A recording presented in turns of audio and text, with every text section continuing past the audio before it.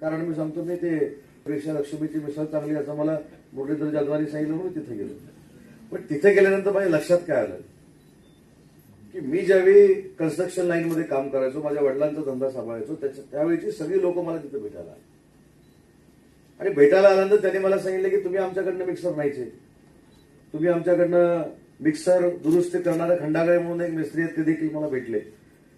आणि त्याच्यानंतर त्या इंडस्ट्रीमध्ये बघायला गेलो की नक्की इथं काय चाललं. नुसतं मिसळ खाऊन थांबलो नाही, पण उद्योग कुठे तुमचं हे उचगावकर आणि कुठे गेलो होतो ते कुठं लक्ष्मी उद्यमनगरला उद्योग मंत्री गेल्यानंतर सुद्धा लक्ष्मी हॉटेलचे पैसे देऊन मिसळ खाऊन आला, हे पण लक्षात घ्या. आणि दुसरी महत्वाची गोष्ट आहे की उचगावकरांकडे गेल्यानंतर माझ्या लक्षात असं आलं की आजही कोल्हापूरकरांमध्ये काहीतरी नाविन्यपूर्ण करण्याची धमक आहे. त्यांचा बहुतेक मला मुलगा भेटला